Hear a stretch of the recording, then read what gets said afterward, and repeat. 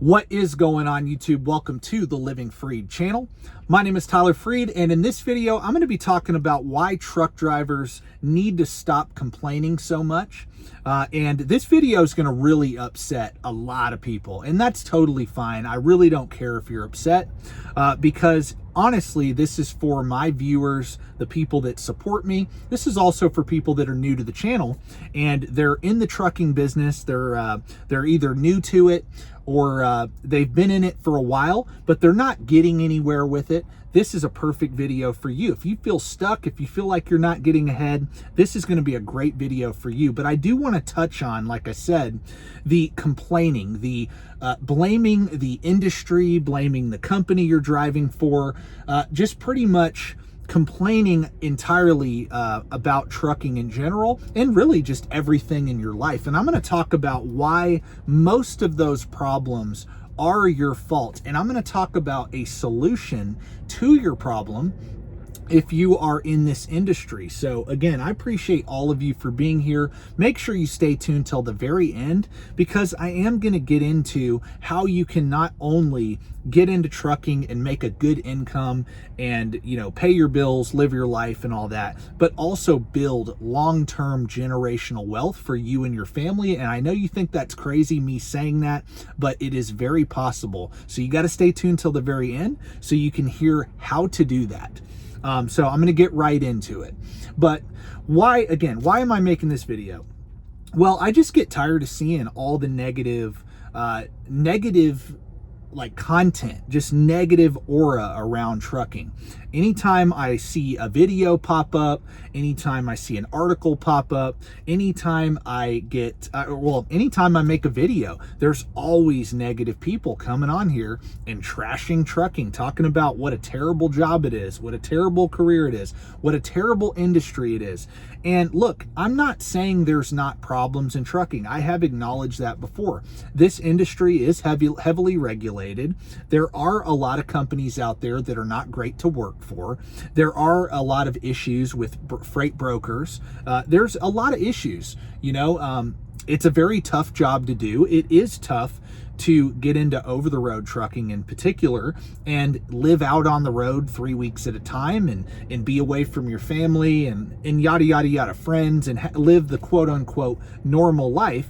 And I'm going to get into that, how you don't have to do that forever. That's not a requirement in this business to be over the road forever. Not that there's anything wrong with it. I don't think over the road is bad for everybody. There's a lot of people that are single, or they're married and their significant other goes with them, team drives with them, or just rides with them. You know, people make it work. And there is, again, different strokes for different folks. There's people that can do over the road, regional, dedicated, local. Again, I'll get into that. But the main point of this video is, if you're somebody that's getting sucked into the negativity, you're getting sucked in to that negative energy, right? You need to remove yourself from those groups. You need to stop watching those channels or reading those articles, whatever you're looking at, whatever you're consuming. You need to get that out of your life. Why? Because it's not that, you know, none of that stuff is true. Some of it may be true, but you consuming that is putting you in a negative state of mind. It's putting your spirit in a negative state, and you don't want to do that. In order to have success, you need to understand that no matter what field you're in, no matter what you're trying to do in life in general, it's going to take hard work. It's going to take a plan, hard work, and discipline, and it's going to take time to have real success at anything. There is no industry on earth in this world. Name me an industry that has no problems, that has no challenges, that has little regulation. All the industries have regulation. All of them do. Yeah, trucking has a lot of regulation, but it's not the only industry that's heavily regulated. It isn't. It's just not. And I know that upsets a lot of you, but it's the truth. And it's not the only industry where there's shady customers, you know, and shady companies to work for. That goes on everywhere. People are people, man. This is a corrupt world, and you just have to accept that. that it's a corrupt world. It's not perfect. It never will be. And even though those things are true, you can still have success in this business and, in other fields as well. So again, remove all the content, the negative content, get out of those negative groups. What do you start doing? You start learning about the business. If you want to be successful at something, you need to learn about the industry, and you need to start learning from people who have had success in trucking. And I understand that's only like 10% of the people in the industry who are having real success. Well, guess what? Those people have written books about the trucking business. And you could be not only reading books about trucking and how to have success in this industry, but you could be reading books about how to invest your money, how to, pay off your debt, how to save up an emergency fund, how to buy your first home, how to save up and buy your first rental property. You could be educating yourself on how to do better. And instead of sitting there complaining about how bad everything is, that's what you could be doing. Oh, another thing, you could be skilling up. You could be figuring out how to specialize. You could be figuring out how to become more valuable in the job marketplace, right? I talk about this all the time, and I'm going to go through the steps, and I'm going to get into how you could become a millionaire simply over a 20 to 30 year trucking career. You could become a multimillionaire just by driving a truck as a company driver. I'm going to get into that at the end. But I want to get into the trucking side. People complain like, oh, there's no money, it's bad, it's this, it's that. Here, number one, look, if the job itself isn't for you, this video is irrelevant to you, honestly, because it's not for everybody. It is a lifestyle, especially the over the road. It is a lifestyle, okay? And it's not like it's not like most jobs out there. It definitely is something that if you're not okay with, your days being different all the time and getting up at different times, going to bed at different times, being in a different state all the time, being over the road for a couple weeks, over the road trucking isn't going to be for you. And I'm not talking to you. I'm talking to the people who are in this. They don't mind the job. They're just not having success with it. That's who I'm really talking to. And so I want to start out with the career side. The career side is this. The reason you hate it, the reason you're thinking it's so bad is because you came into trucking with no plan. You came into trucking and you just got your license and went to drive for somebody, and that's it. And you just collected a paycheck. You didn't know what to do with that paycheck. You didn't know what the next step was after you got your first year with that starter company. You didn't have a next step. Or you did, and you saved up a little bit of money and you tried to go into business for yourself and didn't have enough capital, didn't have enough experience, didn't have enough knowledge about business or this industry, and you failed, and you're very jaded about that. And I understand that can happen. And I'm not putting anybody down. I'm not. I'm trying to help people, to be honest with you. Because I've seen people make so many mistakes in this industry. I've seen people I've known personally make mistakes, and people here on YouTube, and it just happens. And it's kind of sad because this can be such a rewarding career, and it can really set you and your family up for life, like I said. And so step one is obvious. Before you get in, you need to know what you want to do with trucking. Remember how I said I would get into the whether over the road isn't the only thing you can do? It isn't. You don't have to be over the road all the time. You don't. Okay, it's not that it's bad, but that's not the only type of trucking there is. If you want to be home more often, you can be. There's over the road, regional. Usually regional jobs have you home either every other week or every weekend. They have you home, or you can do local and be home every night and off on weekends. There's different jobs for everybody. You just have to decide what works for you, what works best for you, and do that. But don't let anybody tell you, oh, you're just going to be gone all the time. That's only if you stick with over the road. You have local, regional, and OTR, and dedicated as well. So you know, there's you can definitely get home. And yeah, maybe you might have to get into trucking and do a year over the road to get enough experience to go get that local job that you want. Okay, you can tough it out for a year and go get that. Look, but if you're complaining about the pay, if you're complaining about not making enough money, well, what is it that you are doing to make that much money? See, I hear people complaining about, oh, there's no money in trucking, but they're not willing to run. They're not willing to get out there and manage their time right.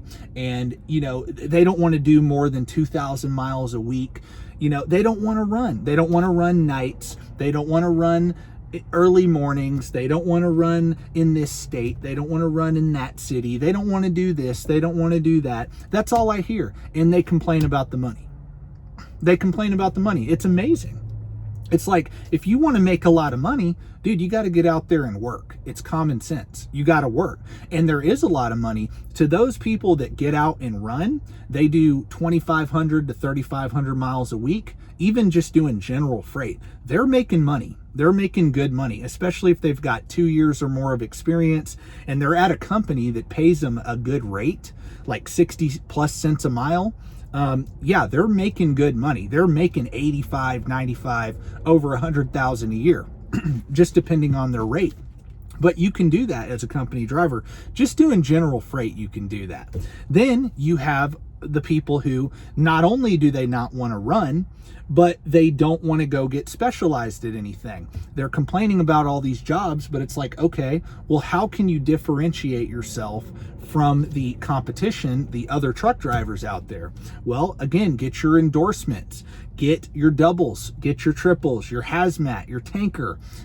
Go work in car hauling, go work in the oil fields, go work in a different sector that not everybody is in, especially if you're company. That's where the money's really going to be in the long run. As a company driver, do something that most people aren't willing to do or can't do because they're not specialized in that. Another thing is training. With general freight, become a trainer, man. If you're working at Prime or, you know, you're working at any of these mega carriers that have a trucking school and you can become a trainer, man, you'll make 6 figures a year if you do that. Yeah, it comes with some headache, but so does everything else I just mentioned. Again, stop complaining. If you're not willing to do the extra work, if you're not willing to go above and beyond, you're going to make average truck driver pay. That's what you're going to make. You're going to be capped out. You'll probably make 80 grand. That's going to be the most money you ever make. 100%. It is.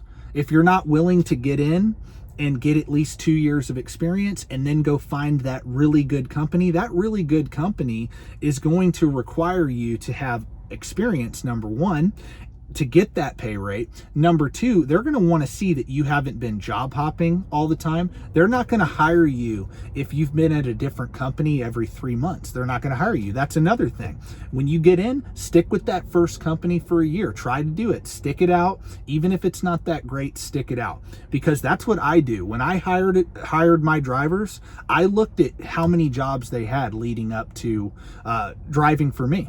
And if I had a lot of different applications and resumes sent in, and I had multiple people that tried to apply to drive for me.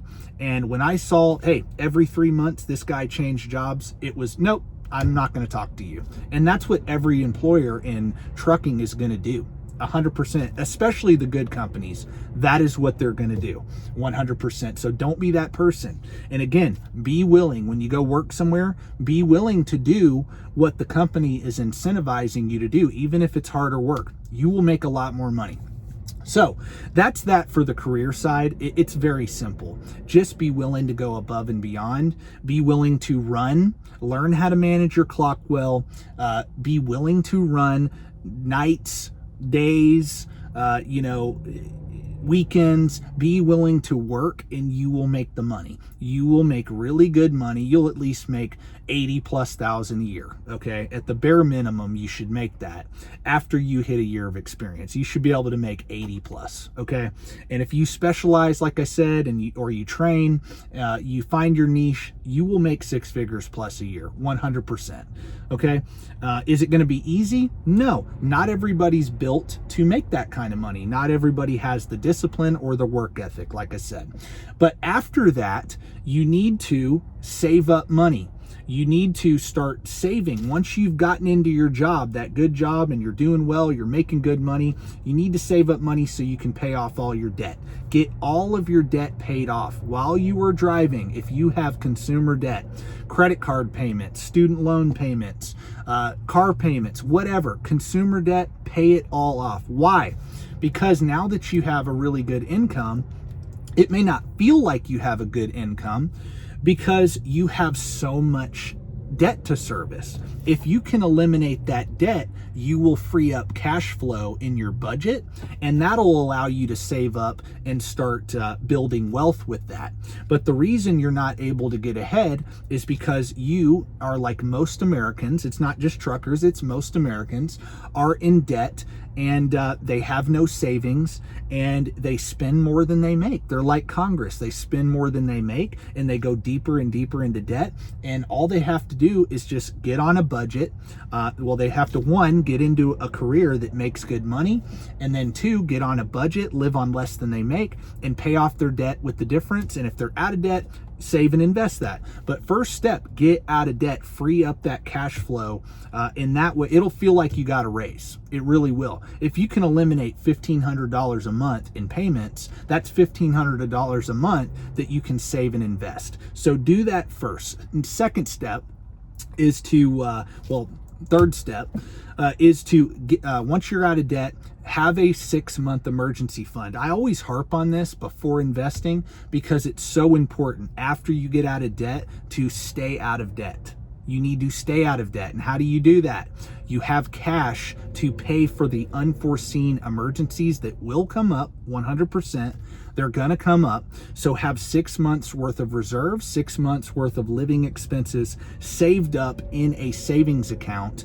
And it could be a high yield savings account. It could be in a money market, but it needs to be liquid so that you can cover those unforeseen expenses. And don't start investing after you get out of debt. Get that emergency fund first so that you don't go back into debt to cover those emergencies, and you also don't sell any of your investments to cover those emergencies. Once you start investing, you don't want to touch that. You want to let that grow. So that emergency fund is a security blanket. It's you're self-insuring yourself against life, pretty much. Third step is start investing. And this is why I said stay tuned till the very end, because normally I'm very generic, I'm very broad. I say, hey, figure out what to invest in. I say, figure out if you want to invest in real estate or stocks or start a business. And that's true. I still stand true to that. Figure out what you want to invest in 100%. But I'm going to give an example in this video. I ran some numbers.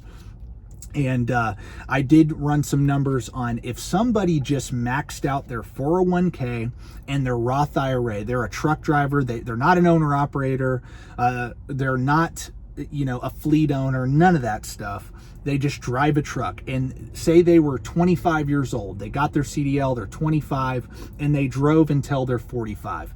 And if they were just able to max out a 401k and a Roth IRA. The 401k, you can put up to 21% of your gross income, and I think the max is $21,000 a year you can put in a 401k. And then with the Roth IRA, if you're single, you can put $7,000 a year into that. And so it makes up $28,000. This is assuming you're a single person. Your spouse can also do that too. If you have your spouse doing it too, pretty much double that, and that's what y'all can do. But I'm just going to use a single person as an example. And so if you were to save $28,000 a year, okay, if you're making $100,000, if you did what I said, if you went out there and hustled, you're making $100,000, that's only 28% of your income, right? And so let's say you were to just invest that, just max out your 401k and your Roth IRA. If you did that for 20 years and you put that in a low-cost index fund, either the S&P 500, a total U.S. stock market index, or a global index fund, those investments have averaged over 10% a year for the last 50 years, okay? So if you just put that money in a low-cost index fund, $28,000 a year for 20 years, you would have $1.7 million after 20 years. So by the time you're 45, you would have $1.7 million. If you worked until you were 55, it's like $5 million. Okay, you would be worth $5 million, and you can go run these numbers yourself. $28,000 a year per year. Go run these numbers. Look up a retirement calculator or investment calculator, and you can put in the numbers yourself. $28,000 a year at 10% interest every single year. After 30 years, you're worth $5 million. After 20 years, it's like 1.7. Moral of the story, most of you won't do what I'm talking about. And I'm going to end with this, because again, a lot of you are going to be upset and, oh, this ain't true. Again, all the negative people that I talked about at the beginning, they're going to be commenting on this video, and they're going to get upset.